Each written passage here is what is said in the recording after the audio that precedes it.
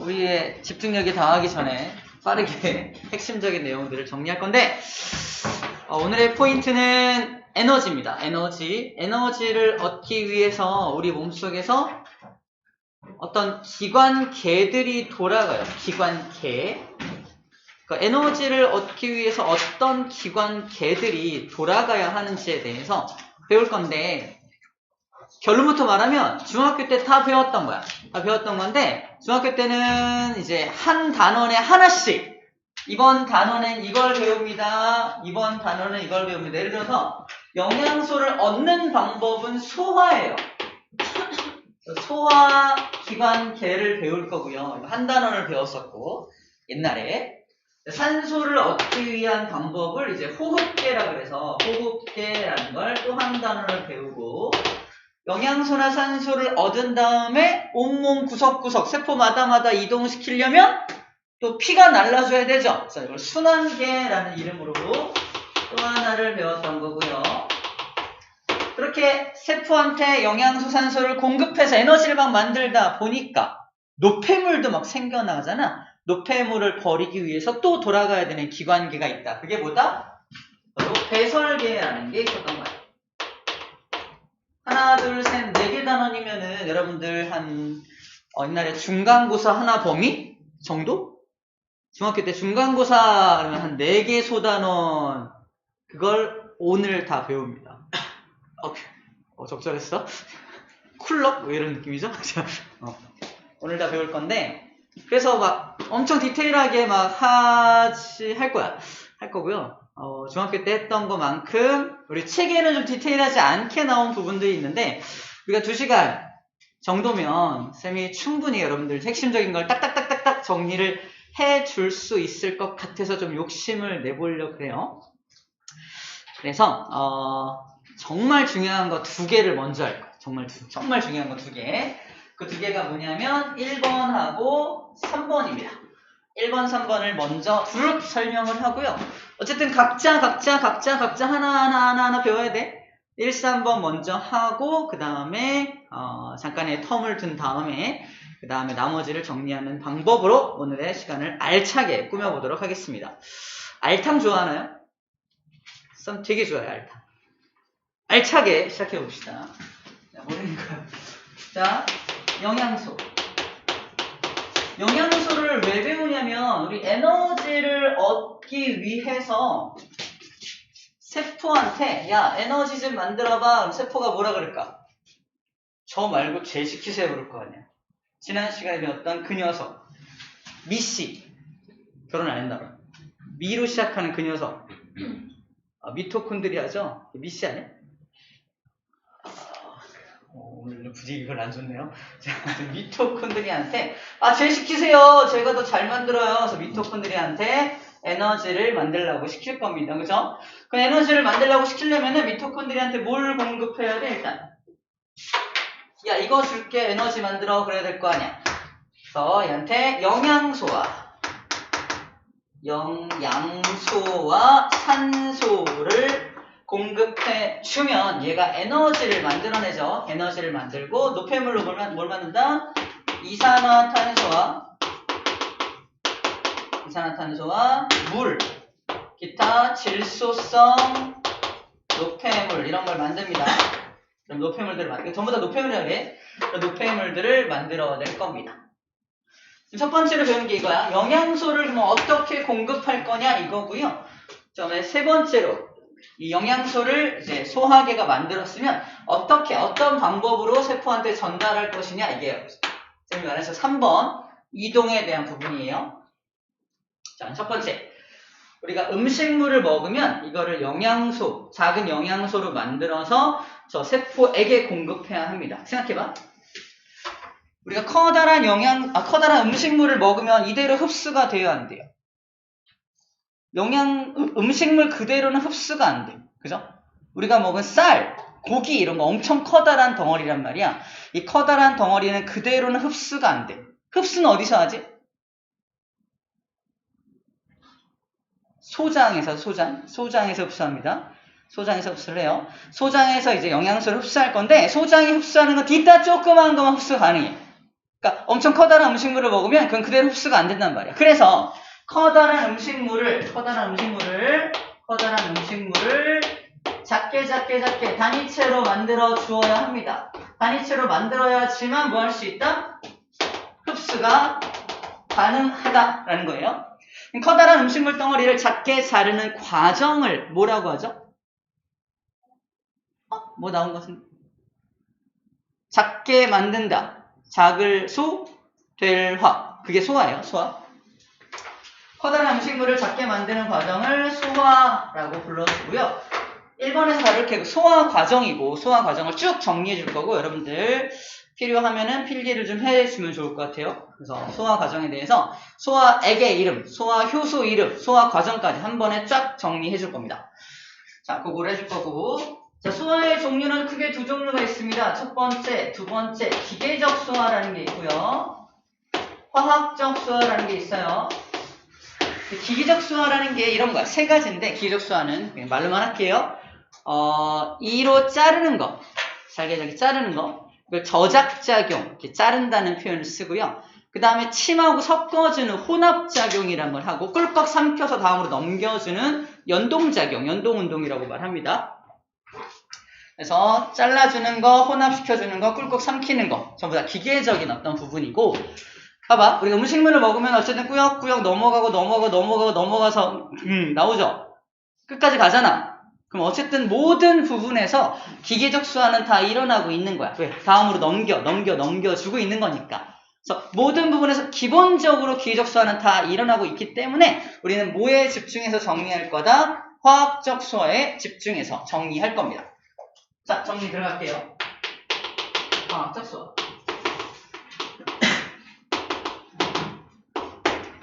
자, 이 화학적 소화를 들어가기 앞서서 먼저 개념을 잡아야 될 게 바로 이겁니다. 우리 몸에 대한 간단한 해석. 우리 몸을 아주 간단하게 그리면 이렇게 그릴 수 있습니다. 여기가 어디냐면은 입. 여기가 어디냐면은 항문이에요. 그러니까 커다란 음식물을 먹으면 이대로는 흡수가 안 되죠. 잘게 쪼개면 이렇게 내려가면서 짧게 쪼개지고 마지막에 짝짝짝짝짝 쪼개져요. 완전 작게 쪼개서 뭐 한다는 거야? 흡수한다는 거잖아. 흡수는 어디로 하는 거야? 몸 안으로. 너무 당연하지만 몸 안으로 흡수되지 않은 것들이 그대로 빠져나가서 이렇게 나가는 거야. 이게 뭐죠? 크게 외쳐봐. 이게 그거잖아, 그거 덩, 그죠? 중요한 건 그럼 덩은 내 몸 안에 들어갔던 적이 있다 없다? 없다는 거야. 흡수된 적이 없는 거야. 흡수가 안 된 찌꺼기가 나오는 거라고요. 이해됩니까? 그래서 얘는 똥은 내 몸 안에 들어갔던 적이 없다라는 게 중요해. 그 다음에 내가 음식물을 지금 먹었어. 입에 있어. 그럼 몸 밖에 있는 거야? 몸 안에 있는 거야? 아직 몸 밖에 있는 거야. 꿀꺽 삼켰어. 위에 있어. 위에 있어도 아직 몸 안에 들어간 게 아니라니까? 그죠? 그래서 여기를 전체 소화계를 다 지나는 그 순간까지도 몸 안에 들어가지 않습니다. 언제까지? 소장에서 흡수되기 전까지는 몸 안에 들어간 게 아니야. 그래서 입에서 분비되는 소화액, 위에서 분비되는 소화액, 장에서 분비되는 소화액, 이렇게 소화액들은 그래서 다 어디로 분비되는 거냐면 몸 밖으로 분비되는 거야. 위 얘기 나오고 있어. 몸 밖으로 분비하고 있는 겁니다. 장 얘기 나오고 있어. 몸 밖으로 분비되는 거야. 몸 밖이라는 표현이 그래서 외분비되는 거야. 바깥으로 분비하는 것을 외분비샘이라고 그래요. 그래서 모든 소화액은 다 외분비샘에서 분비되는 겁니다. 약간 개념이 좀 다르죠. 우리가 알고 있는 거랑. 이게 몸 바뀌기 때문에, 이 전체가 몸 바뀌기 때문에 소화액 분비가 된다는 건 다 몸 밖으로 분비가 되고 있는 거예요. 시험 문제에서 내면 되게 헷갈리겠죠. 소화액은 몸 안으로 분비되기 때문에 내분비샘에서 분비된다. 그럴싸하잖아, 그지? 하지만 절대 그렇지 않다라는 말을 하는 겁니다. 자, 그럼 비교로 외분비샘의 반대말은 내분비샘이겠죠. 내분비샘에 해당하는 건 뭐가 있죠? 바로 호르몬입니다. 호르몬. 호르몬을 분비하는 것이 내분비샘이야. 몸 안에서 몸 안으로 분비를 해서 피를 따라서 이동되는 게 호르몬이잖아. 호르몬만 내분비샘이고 나머지는 다 외분비샘이라고 정리해도 괜찮아요. 그래서 내분비샘과 외분비샘에 대한 정확한 어떤 개념을 좀 잡아줄 때 필요한 도표입니다. 저 그림이 되게 중요한 그림이야. 그러니까 내분비샘은 이 안에 있겠죠. 내분비샘은 이 안에 있고 이 안에서 피를 통해서 이렇게 피추를 통해서 분비를 해주는 물질, 이 물질들을 이제 내분비샘이라고 불러주면 되겠네요. 이건 내분비샘이야. 이런 식으로. 그래서 몸 밖과 몸 안에 대한 정리를 잘 하고 진행하겠습니다. 자, 그러면은 처음부터 할게요. 자, 우리 오늘 좀 단순화시켜서 여기가 입,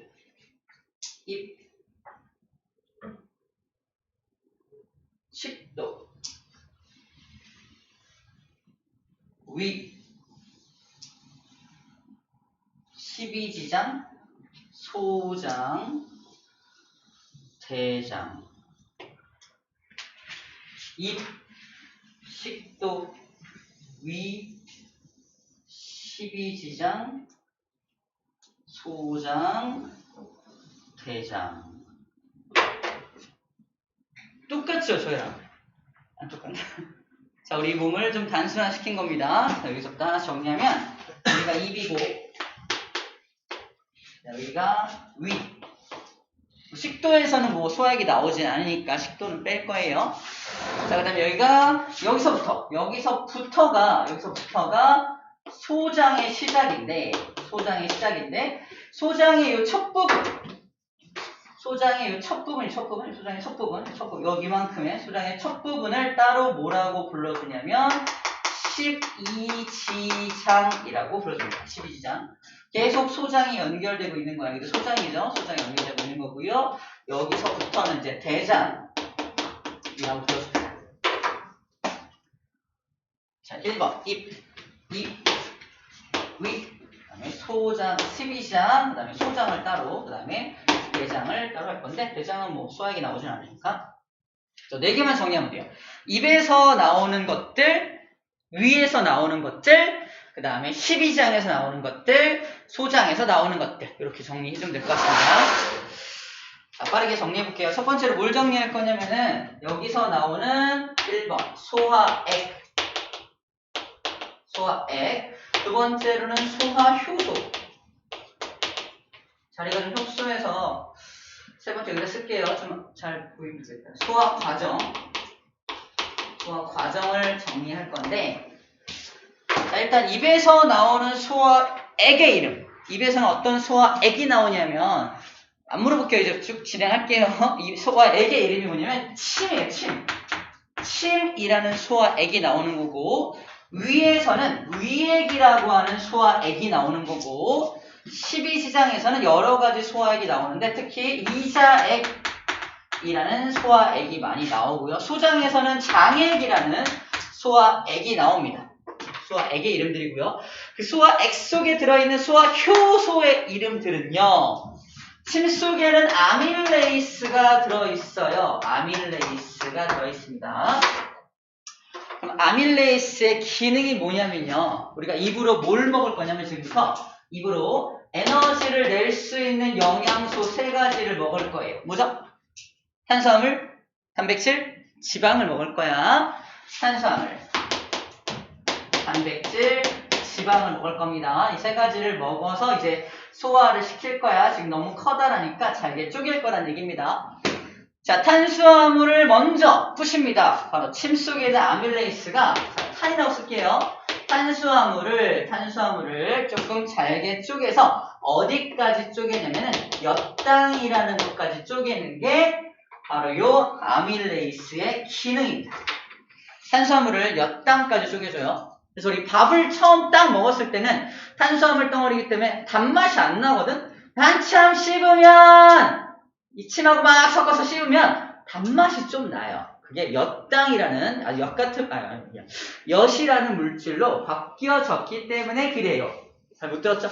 엿과 같은 물질을 좀 빠르게 말하다가 실수한 거야. 엿 같은 물질을 만든 거죠. 엿당을 만든 겁니다. 엿당. 그래서 우리 조총이라는 거 알죠? 조총. 진짜 엿도 저거로 만드는 거야, 사실.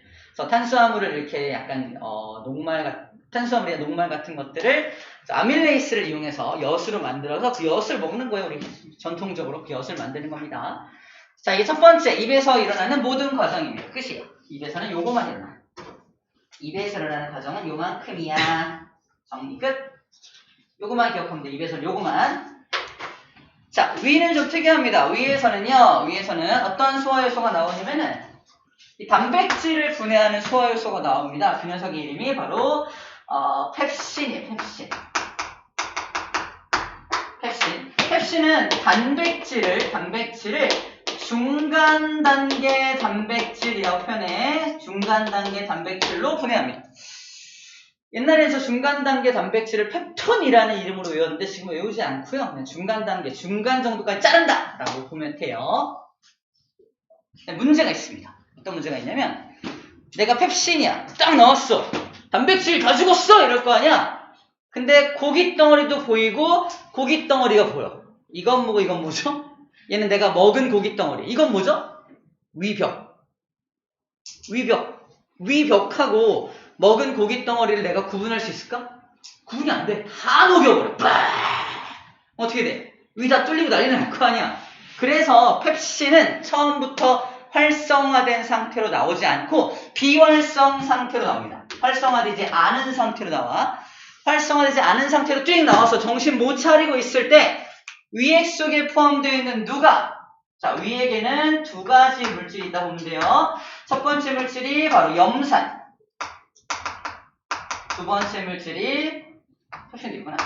그러니까 위액에는 추가적으로 펩신 외에 추가적으로 두 가지가 더 있다 보면 돼. 뮤신이라는 물질이 있어요. 그래서 자, 펩신이 딱 나와서 정신 못 차리고 있을 때 쟤를 펩시노겐이라고도 합니다. 펩신이 정신 못 차리고 있을 때 뮤신이라고 하는 하얀 물질 가지고 위벽을 쫙 감싸는 거야. 쫙 감싸고 나서 염산으로 펩신을 빡 깨워. 깜짝이야. 펩시노겐 상태에서 정신 못 차리고 있다가 염산을 건지니까 딱 일어나서 뭐야? 다 죽일 거야. 깨어난단 말이야. 이해됩니까? 그래서 위벽을 녹이려고 보니까 뭔가 감싸져 있죠. 그래서 위벽은 못 녹이고 음식물만 녹이는 겁니다. 그런 기작구로 되어 있어요. 그래서 염산과 뮤신이 펩신과 콜라보레이션하여 음식물만 녹이는 그런 엄청난 시스템이 되어 있습니다. 자, 그게 위에서 일어나는 일 전체입니다.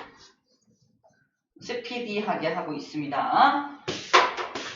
자, 이제 넘길 겁니다. 꿀꺽 넘기면 12지장으로 들어가요. 12지장이란 말은 손가락 12마디만큼의 길이라서 12지장이거든요. 한 마디, 두 마디, 세 마디, 6마디. 이게 6마디니까 이것도 한 2배 길이 정도? 쌤 손이 좀 긴 편이라서, 그죠? 길쭉한 편이라서 엄청 12마디 정도, 그러니까 이 정도 되는 길이가 이렇게 있는 거야. 그리고 소장의 길이가 몇 미터냐? 5미터인가? 4미터냐? 소장이 엄청 꾸물꾸물 되게 많잖아. 5미터인 것 같아. 6미터? 이 정도 엄청 긴데 그 중에서 앞부분 손가락 12마디에 해당하는 그 정도가 12지장이라고 따로 분류를 하게 되고요. 그 12지장이 무엇과 연결되어 있냐면 이렇게 생긴 구조물과 연결되어 있습니다. 이 녀석의 이름이 바로 이자예요. 이자. 그러니까 12지장은 이자액이 나오는 곳이야. 이자액이. 자, 그리고 봐야 될 게 뭐냐면 입에서 탄수화물 한번 분해했고요. 위에서 단백질 분해했지. 근데 승질 급한 사람은 입에서 침하고 섞이기 전에 훅 삼켜버리지. 그죠? 그래서 성질 급한 사람은 입에서 소화가 제대로 안 일어나죠. 그래서 저 탄수화물을 한 번 더 소화시키는 과정이 일어나고요. 단백질도 또 한 번 분해시키고 아직 한 번도 분해된 적이 없는 지방도 여기서 한 번 분해가 일어납니다. 대박이죠? 세 가지 소화 요소를 다 분해하는 게 이곳이야. 정리하면 이자액 속에 들어있는 건 이자액 속에는 세 가지 소화 요소가 다 들어있는데 첫 번째, 두 번째, 세 가지 소화 요소가 다 들어있는데 아밀레이스가 한 번 더 들어있어요. 아밀레이스. 자, 이자액 속에 들어있는 소화 요소야. 아밀레이스가 한 번 더 들어있고요. 펩신이 단백질을 분해하는 건데 펩신은 pHe 산성에서 작용하는 녀석이고 이 염기성, 여기 염기성이거든요. 약간 염기성에서도 작용할 수 있는 단백질 분해 효소가 이름이 트립신이에요. 트립신. 펩신과 트립신 공통점.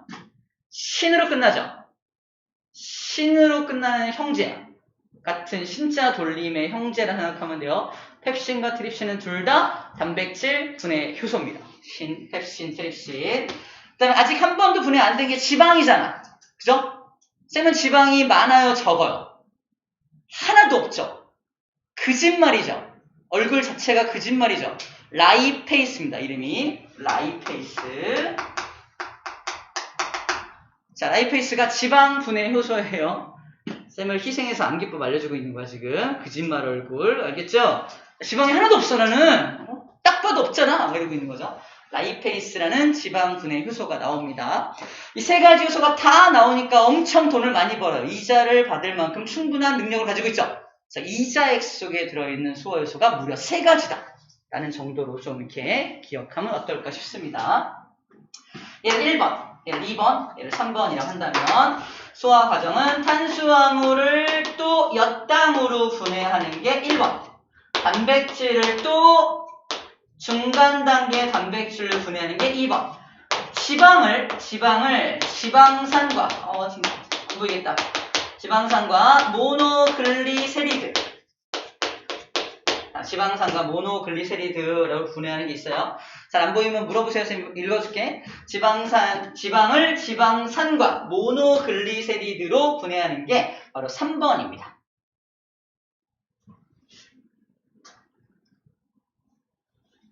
저게 이자액 속에 다 들어있어요. 그래서 이 12장에서 굉장히 많은 소화가 일어나고 있다는 얘기를 하고 있는 겁니다. 자, 이 이자를 다른 말로 뭐라고 합니까? 췌장이라고 해요. 췌장이라고도 하는데 스티브 잡스가 췌장암으로 돌아가셨죠?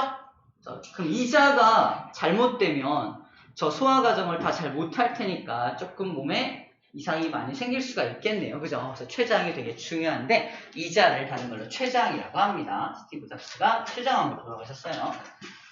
자, 요 작용이 일어납니다. 특이한 거 뭐냐면 다른 것들은 자, 탄수화물도 2번 소화되죠. 단백질도 2번 소화되죠. 그죠? 근데 지방은 처음이죠. 처음인데 완전 신기하게 처음임에도 불구하고 지방산과 모노글리세리드라고 하는 흡수가 가능한 물질로 한 번에 분해합니다. 뭔 소리냐면 아직 엿당 분해가 안 돼. 아직 흡수가 안 돼. 엿당도 이온 2당류이기 때문에 소장 입장에서 2당류가 엿당이 오면은 아직 흡수 못해. 너무 커. 이럴 거란 말이야.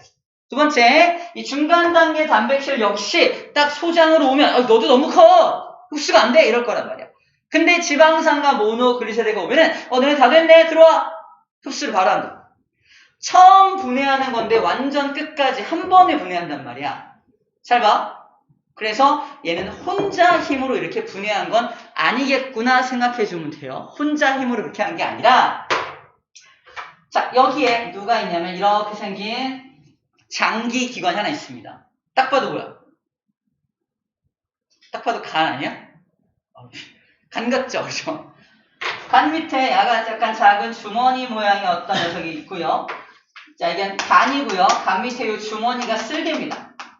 쓸개 안에 쓸개즙이 있겠죠? 이 쓸개즙이 바로 이렇게 이자액이 나올 때 함께 나와요. 그래서 이 녀석은 쓸개즙이 좀 도와줘요. 쓸개즙이 한번 나와서 지방덩어리를 쓸개즙이 퉁퉁퉁퉁 먼저 분해합니다.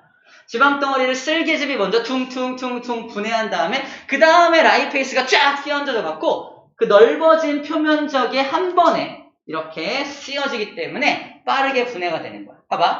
이만한 지방덩어리에 라이페이스가 쭉 이렇게 감싸지면은 표면적이 넓지가 않은데 저 쓸개즙 이걸 퉁퉁 부셔가지고 이렇게 잘게 부셔놓은 다음에 그 다음에 라이페이스가 쭉 끼얹어지면은 표면적이 넓어집니다. 표면적이 넓어져서 소화 과정이 더 빠르게 일어나는 거야. 정리하면 이 쓸개즙의 기능이 이거 쓸게요. 아이고. 이 쓸개즙의 기능이 그래서 지방을 잘게 쪼개는 것을 유화시킨다고 하고요. 유화를 시켜서 표면적을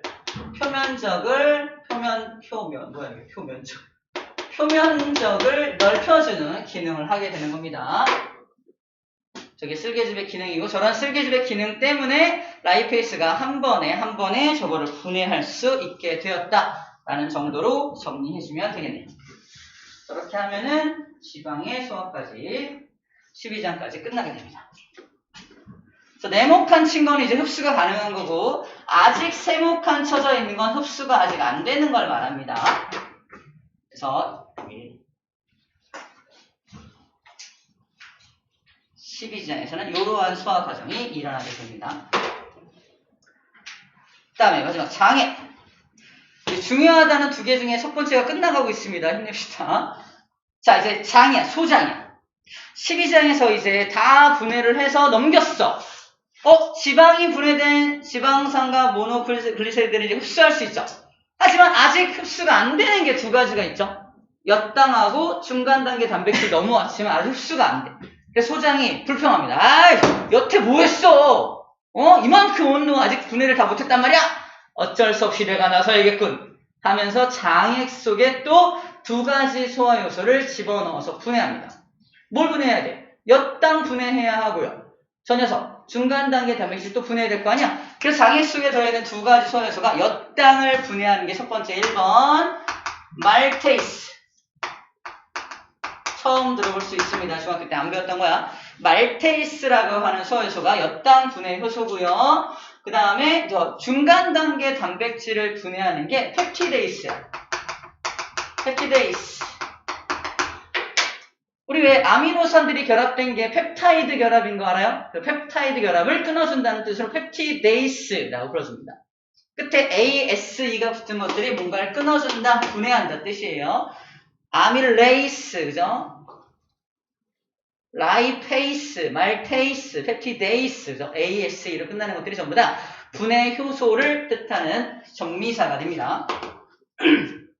그래서 1번이 하는 기능이 뭐다? 바로 엿당을 포도당으로 분해하는 거고요. 1번이 하는 거고 두 번째 펩티데이스는 중간 단계 단백질을 아미노산으로 분해하는 게 2번의 역할입니다.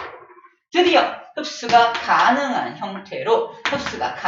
형태로까지 분해를 했네요. 그 다음에 소장이 바로 흡수를 합니다. 이렇게 분해한 다음에 흡수를 한다. 그 다음에 찌꺼기는 그대로 대장에서 내보내는데 그냥 내보내지 않고 여기서 수분만 흡수를 한 후에 내보내요. 자, 수분을 흡수한 다음에 내보냅니다.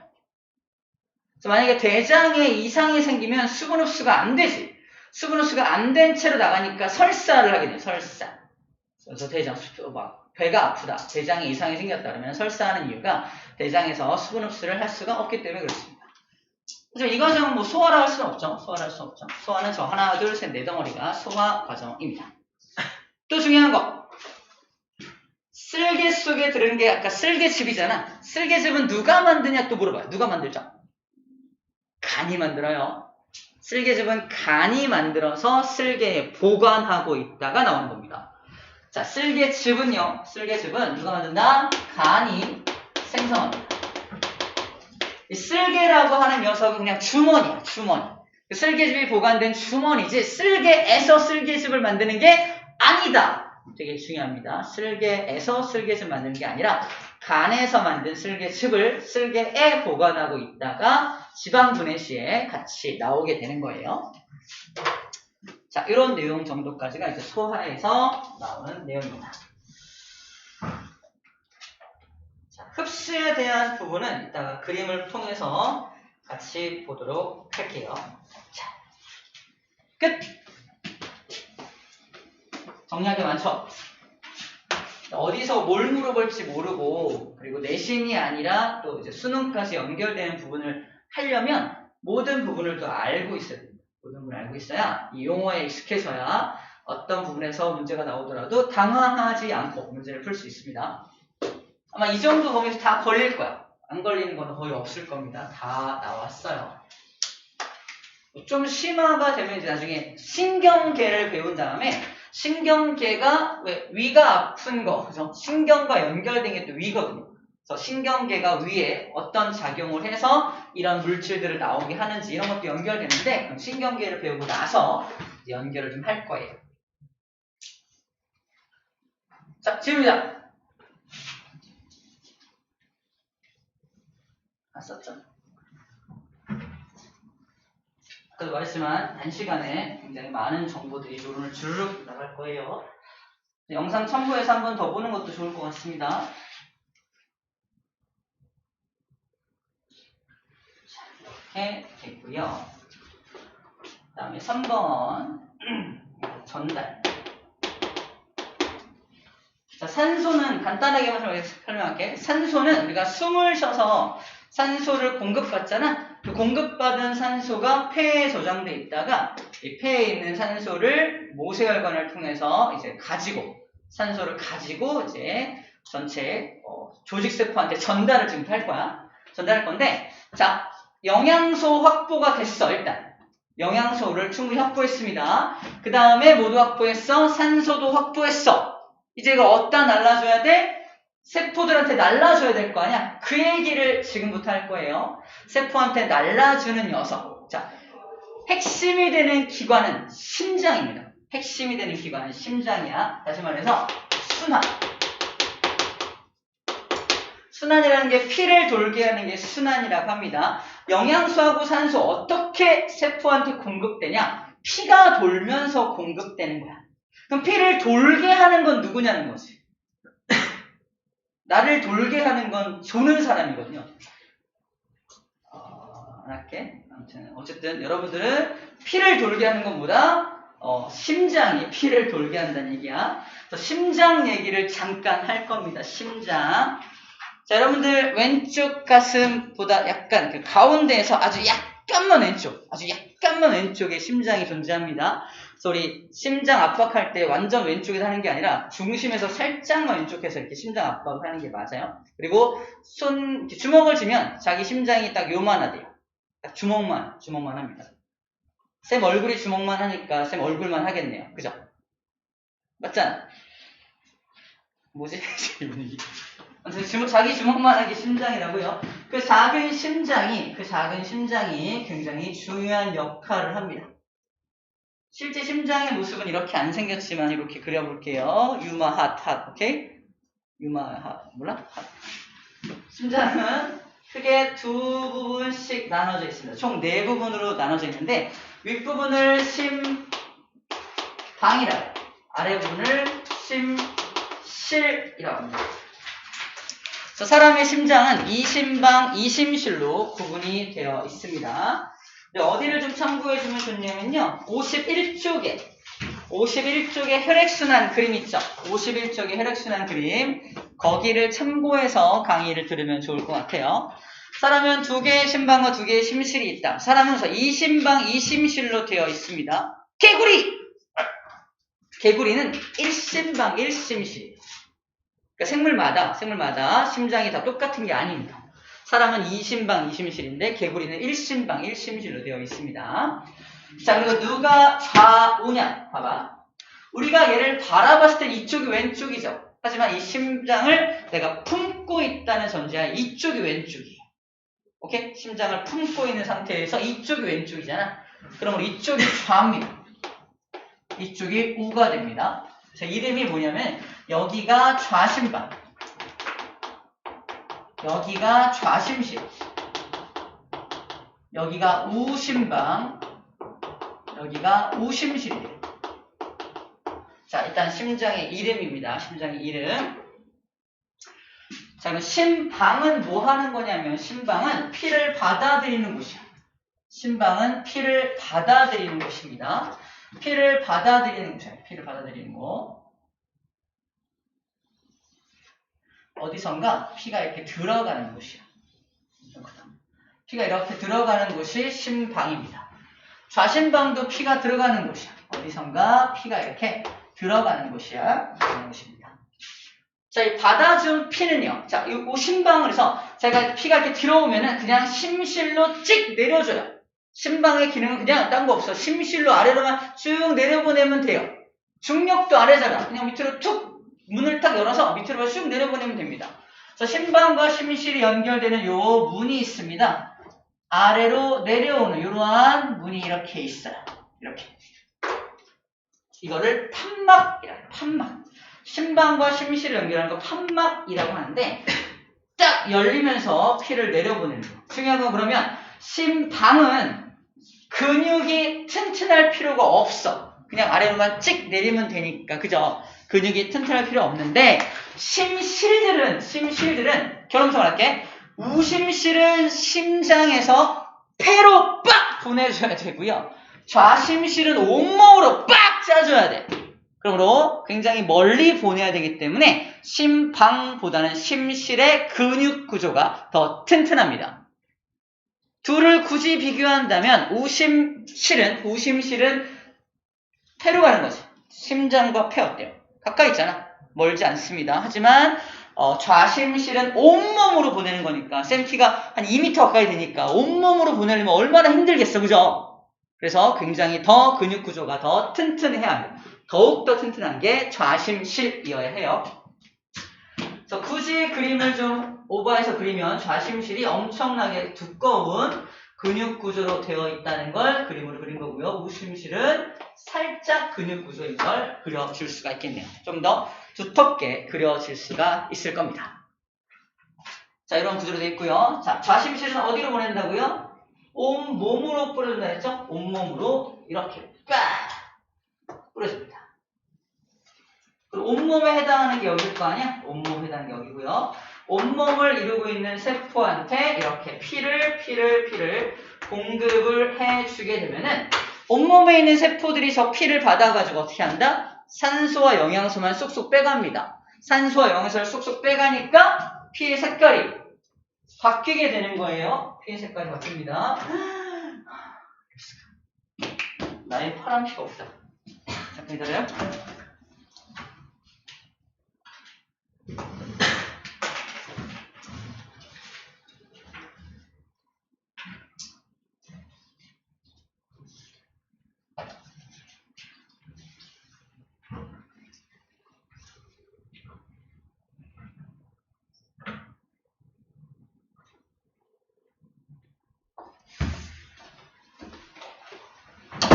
자, 온몸을 돌면서 이제 피의 색깔이 푸른색 피로 이렇게 바뀌는 거야.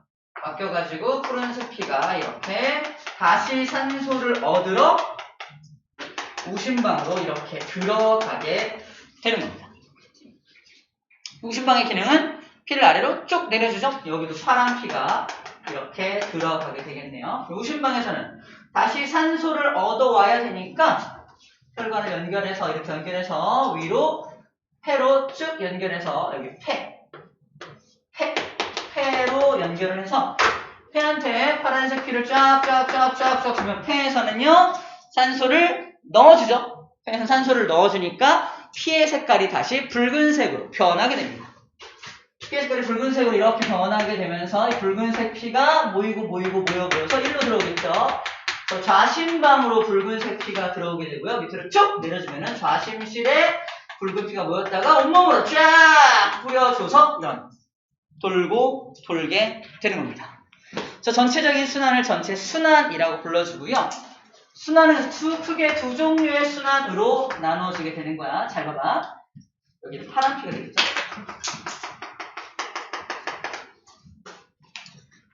첫 번째 1번 순환은 내가 지금 우심실이야. 우심실 어디로 짜주죠? 우심실에서 폐로. 자, 우심실 폐. 그 다음에 다시 돌아오죠. 어디로? 좌심방으로 돌아오죠.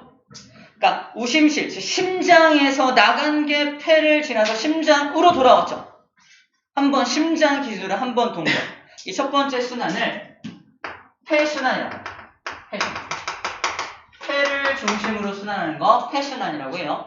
순환은 크게 두 종류가 있다. 폐순환과 대순환 또는 체순환이라고 하는데 두 번째 순환이 몸으로 가는 거야. 좌심실, 심장 출발! 온몸 다시 돌아와서 심장으로 돌아왔죠. 이 커다란 순환을 폐순환의 반대가 되는 체순환. 체순환이라고 합니다. 체순환을 부르는 다른 말이 온몸순환, 온몸 돈다. 온몸순환이라고도 부르고요. 커다랗게 돈다 그래서 대순환이라고도 부릅니다. 이런 용어 되게 많죠? 다 같은 말이에요. 폐순환 같은 경우는 작게 돌잖아. 굉장히 조그맣게 돌기 때문에 소순환이라고도 불러주게 됩니다. 대순환의 반대말 소순환이라고도 불러줘요. 작은 순환, 큰 순환이라고도 불러준다는 겁니다.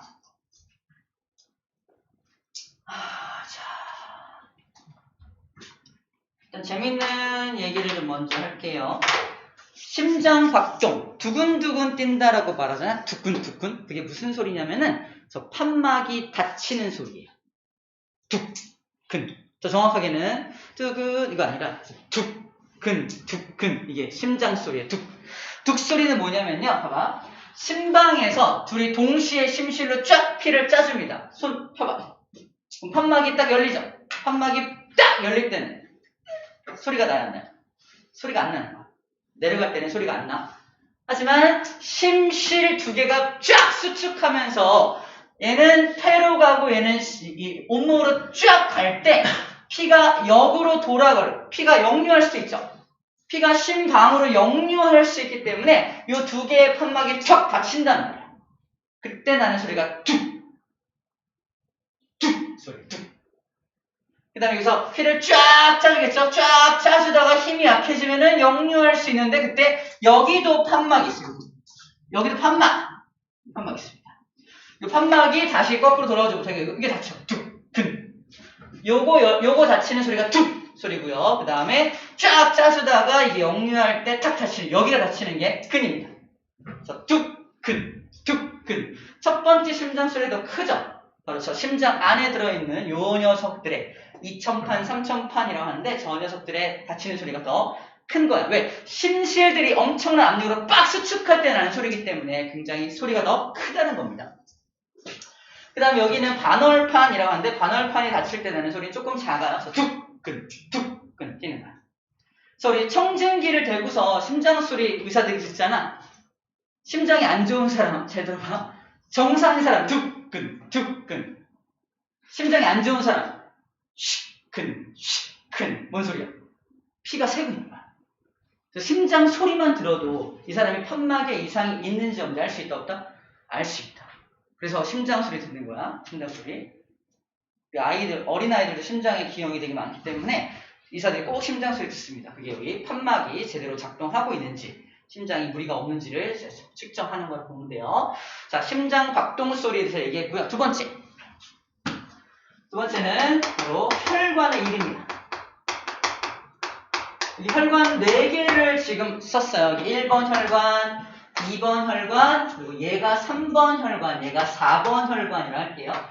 자, 혈관의 이름을 정하는 방법이 있는데 바로 심장을 기준으로 나가는 자식들을 동맥이라고 하고요. 심장으로 들어오는 놈들을 정맥이라고 합니다.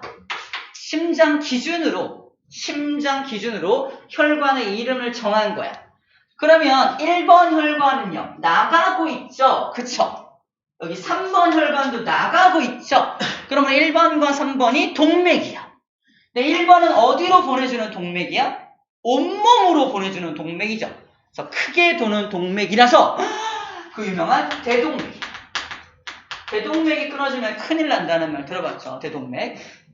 산소와 영양소가 굉장히 풍부한 저 혈관이 끊어져 산소, 영양소 공급이 안 될 테니까 치명적으로 사람에게 목숨을 위태롭게 할 수 있습니다. 자, 3번도 동맥이죠. 3번 동맥입니다. 동맥인데 어디로 가는 동맥이죠? 폐로 가는 동맥이죠. 그래서 이름이 폐동맥이에요. 폐동맥. 폐동맥입니다.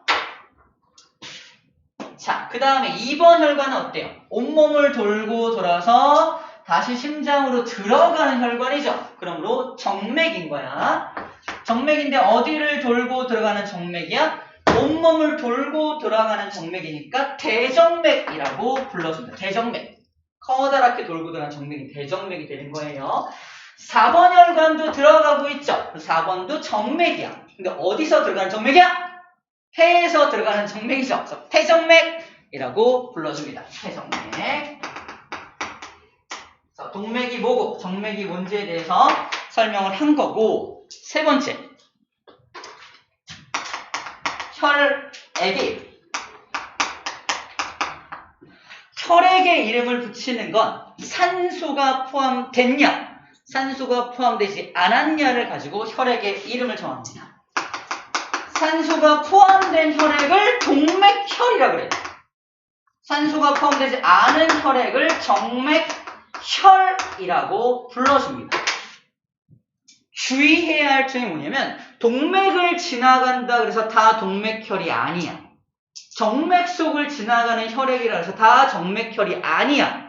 그 녀석이 산소가 포함됐는지 안 됐는지가 중요하다는 겁니다. 자, 지금 첫 번째 대동맥에는 동맥혈이 흐르나요? 정맥혈이 흐르나요? 딱 봐도 동맥혈이 흐르고 있죠. 그죠? 대동맥은 동맥혈이 흘러요.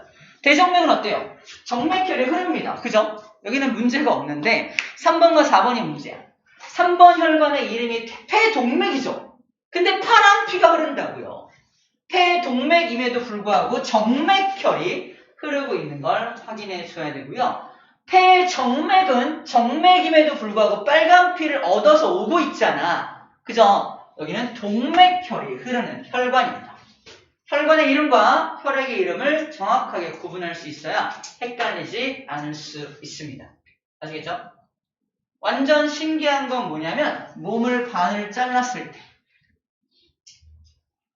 때 오른쪽은 전부 빨간 피가 흐르고 있고요. 왼쪽은 전부 파란 피가 흐르고 있죠. 이 그림상으로 우리 몸을 반 잘랐을 때 된다는 게 아니라 이 그림상으로 오른쪽은 전부 빨간색 피, 왼쪽은 전부 다 파란색 피가 흐르는 걸 확인할 수 있습니다. 빨간 피는 동맥혈, 파란 피는 정맥혈이 되겠죠. 정리해볼게요. 폐순환 경로를 말해봐라. 폐순환 경로는 우심실, 시작.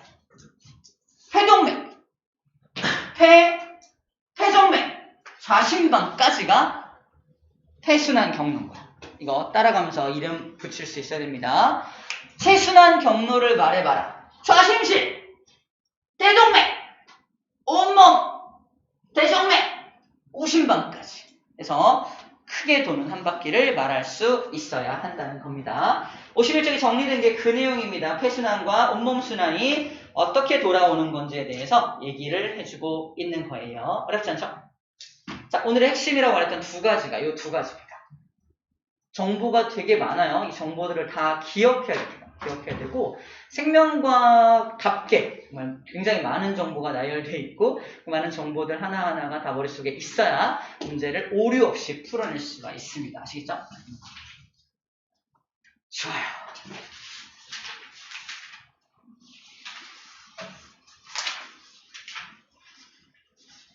이제 어려운 건 다 했으니까 벌써 53분 지난 거 알죠? 잠깐 쉬었다 할게요.